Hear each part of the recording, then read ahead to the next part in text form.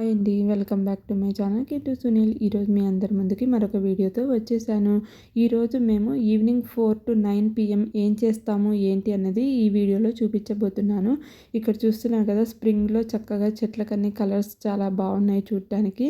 పిల్లలైతే స్కూల్ నుంచి వచ్చేసారు. వాళ్ళు వచ్చిన తర్వాత ఇంకా వాళ్ళకి స్నాక్స్ అవి పెట్టి కొంచెం ఫ్రెష్ అయిపోయిన తర్వాత నేను మా చిన్న ఇద్దరం కలిసి బయటికైతే వెళ్తున్నామన్నమాట. చిన్న షాపింగ్ పని ఉంది. దానికోసం అయితే ఇప్పుడు మేమిద్దరం బయలుదేరాము. మా ఇంటి దగ్గరలోనే షాప్స్ కూడా ఉంటాయి కాబట్టి ఇంకా మేమిద్దరం బయలుదేరామన్నమాట. తన ఫ్రెండ్ బర్త్డే పార్టీ ఉంది. తనకి గిఫ్ట్ అది కూడా కొనాలన్నమాట. ఇంటికి దగ్గరలోనే ఎలాగో మాకు స్కై టవర్ ఉంటుంది. అక్కడ షాప్స్ అవి కూడా ఉంటాయి కాబట్టి ఇంకా అక్కడికే అయితే వెళ్ళాము. నేను ఒకదాన్ని వెళ్ళి తీసుకొస్తానన్నా కూడా కాదని చెప్పింది. నేనే వస్తాను మా ఫ్రెండ్కి గిఫ్ట్ కొనడానికి అని. అందుకని ఇంకా తను స్కూల్ నుంచి వచ్చిన తర్వాత ఇంకా మేమిద్దరం అయితే షాప్కి వచ్చేసాము. నాకన్నా ముందే తను వెళ్ళిపోయి చూసుకుంటుంది గిఫ్ట్స్ ఏమి ఉన్నాయి ఏంటని. వాళ్ళ ఫ్రెండ్ నాన్నని కనుక్కొని వచ్చింది ఎలాంటివి నచ్చుతాయని. అందుకని అవే వెతుకుతోందనమాట. తనే మొత్తం అన్నీ చూసుకొని సెలెక్ట్ చేసుకుంది ఏది ఇవ్వాలా గిఫ్ట్ అని చెప్పి. ఈ యాక్షన్ షాప్లో స్టేషనరీ, గిఫ్ట్స్, టాయ్స్ చాలా వెరైటీసే ఉంటాయన్నమాట. ఫుడ్ రిలేటెడ్ ఐటమ్స్ అవి కూడా చాలా ఉంటాయి. చాలా బాగుంటుంది షాప్ కూడా. నెంబర్ ఆఫ్ ఐటమ్స్ దొరుకుతాయి అన్నమాట. ఇక్కడ వెరైటీస్ అవి కలర్స్ పెన్సిల్స్ కానీ చాలా వెరైటీస్ ఉంటాయి. పిల్లలకైతే చాలా బాగా నచ్చుతాయి. మొత్తానికి అక్కడ గిఫ్ట్ తీసేసుకొని నెక్స్ట్ ఇంకా ఆల్డీకి అయితే వచ్చేసాము. ఫ్రూట్స్ అలాగే సాల్ట్ అవి కూడా అయిపోయాయి ఇంట్లో. అవి తీసుకొని ఇంటికైతే రిటర్న్ వచ్చేసామన్నమాట. ఇంకా ఇంటికి వచ్చేసిన తర్వాత నేను ఇంకా గిన్నెలు, లంచ్ బాక్సెస్ అవన్నీ ఉంటాయి కాబట్టి ఇంకా అవన్నీ నేను డిష్ వాషర్లో లోడ్ చేస్తున్నాను. రోజు రాత్రిపూట డిష్ వాషర్ ఆన్ చేస్తానన్నమాట. ఇంకా డిన్నర్ కూడా అయిపోయిన తర్వాత ఇంకా అప్పుడు మొత్తం అన్నీ లోడ్ చేసేసి అప్పుడు ఆన్ చేసేస్తాను. డిష్ వాషర్ పని కూడా అయిపోయిన తర్వాత ఇంకా డిన్నర్కి వచ్చేసరికి నేను ఆ రోజు చపాతీ అండ్ పాలక్ పన్నీర్ చేద్దాం అనుకున్నాను. అందుకని ముందైతే చపాతీ పిండి అది కూడా రెడీ చేసేసుకుంటున్నాను అనమాట. అదే ఇక్కడ ప్రిపరేషన్ జరుగుతుంది. చపాతీ పిండి తడుపుతున్నాను. చపాతీ పిండి అది తడపడం అయిపోయిన తర్వాత ఇంకా నెక్స్ట్ ఇప్పుడు కూర చేయడం స్టార్ట్ చేసేసాను. పాలక్ పన్నీర్ ముందైతే స్టవ్ వెలిగించుకొని బాండీ పెట్టేసుకొని దాంట్లో కొంచెం ఆయిల్ వేసుకున్నాక మసాలా ఐటమ్స్ అన్నీ వేసుకున్నాను. బిర్యానీ ఆకు, దాల్చిన చెక్క, లవంగాలు, యాలక్కాయలు అన్నీ వేసుకొని ఆ తర్వాత ఇంకా ఉల్లిపాయ ముక్కలు కూడా వేసుకున్నాను. ఒక ఫుల్ ఉల్లిపాయనైతే తీసుకొని ఇలాగ కట్ చేసుకున్నాను.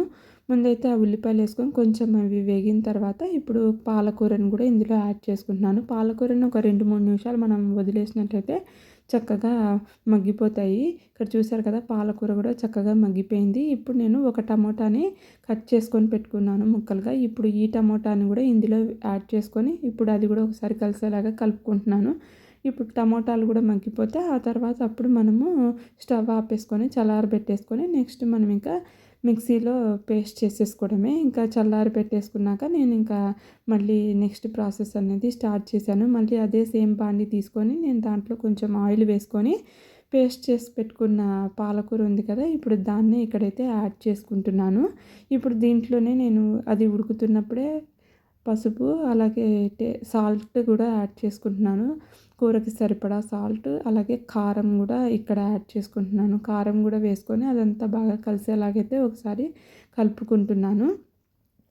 చాలామంది పాలకూరని నీళ్ళల్లో విడిగా ఉడకబెడతారు. నేను ఎప్పుడు ఇలాగే చేస్తాను. అన్నీ కలిపేసి నూనెలో వేయించుకున్నాక అప్పుడు మిక్సీ అయితే వేసుకుంటాను. ఒక్కొక్కరు ఒక్కొక్కలాగైతే చేసుకుంటారు. ఇప్పుడు ఇంకా ఇందులో నేను మసాలాలు అయితే యాడ్ చేసుకుంటున్నాను. జీలకర్ర పొడి, ధనియాల పొడి, గరం మసాలా అవి కూడా యాడ్ చేసుకొని అదంతా కూడా ఒకసారి బాగా కలిసేలాగా కలిపేసుకొని ఇప్పుడు మూత పెట్టేసుకుంటున్నాను. మూత పెట్టుకోకపోతే స్టవ్ మీదంతా కూడా చిందుతుంది. అందుకని చెప్పి మూత పెట్టేసుకున్నాను. ఇప్పుడు మూత తీసి చూస్తున్నాను. చూడండి, పాలకూర అనేది చక్కగా ఉడికిపోయింది కదా. ఇప్పుడు నేను దీంట్లో కసూరి మేతిని యాడ్ చేసుకుంటున్నాను. చాలా కొంచెం సరిపోతుంది టేస్ట్ కోసమే. సో కసూరి మేతి కూడా వేసిన తర్వాత ఒకసారి అదంతా కూడా బాగా కలిసేలాగా కలిపేసుకొని ఆ తర్వాత మళ్ళీ మూత పెట్టుకొని ఇంకొక 2-3 మినిట్స్ అయితే ఉడికించుకుంటున్నాను. 2-3 మినిట్స్ తర్వాత చూసారు కదా, బాగా ఉడికిపోయింది. ఇప్పుడు నేను ఇందులో లాస్ట్లో పన్నీర్ ముక్కలను అయితే యాడ్ చేసుకుంటున్నాను. పన్నీర్ ముక్కలను అయితే నేను ఇలాగ క్యూబ్స్ లాగా కట్ చేసి పెట్టుకున్నాను అనమాట. ఇప్పుడు ఆ పన్నీర్ ముక్కలు కూడా వేసిన తర్వాత జాగ్రత్తగా తిప్పుకుంటున్నాను. బాగా గట్టిగా గరిటె పెట్టి తిప్పేస్తే అవి పేస్ట్ అయిపోతాయి. అందుకని అటు ఇటు మెల్లిగా తిప్పుకుంటున్నాను పన్నీర్ ముక్కలు కూడా. ఇప్పుడు మళ్ళీ మూత పెట్టేసుకొని ఇంకొక 5 నిమిషాలు కనుక మనం ఉడికించుకున్నట్టయితే ఆ పన్నీర్ ముక్కలన్నిటికీ ఆ పన్నీర్ గ్రేవీ పట్టి చాలా బాగుంటుంది టేస్ట్ అనేది. ఇప్పుడు చూసారు కదా పాలక్ పన్నీర్ అనేది చక్కగా రెడీ అయిపోయింది. ఇంకా స్టవ్ ఆపేసుకొని మనం పక్కన పెట్టేసుకోవచ్చు. ఇంకా నెక్స్ట్ చపాతీలు కూడా చేసేసుకోవచ్చు అనమాట. చాలా సింపుల్ ప్రాసెసే. పాలక్ పన్నీర్ అనేది ఇంట్లోనే హ్యాపీగా చేసుకోవచ్చు. మీరు కావాలనుకుంటే పైన క్రీమ్ అది కూడా వేసుకోవచ్చు. ఇంక ఇక్కడ వచ్చేసి నేను చపాతీలు కూడా స్టార్ట్ చేసేసాను. చపాతీలు నేను ఎప్పుడు కూడా మడత పెట్టే చేస్తానన్నమాట. మోస్ట్లీ మేము ఎక్కువగా నైట్ టైం చపాతీలే తింటూ ఉంటాము.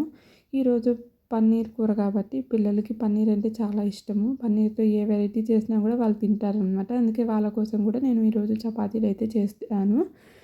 ఇలాగ మొత్తానికి మా డిన్నర్ అయితే చపాతీ విత్ పాలక్ పన్నీర్తో పూర్తి చేసేసామన్నమాట ఈరోజు.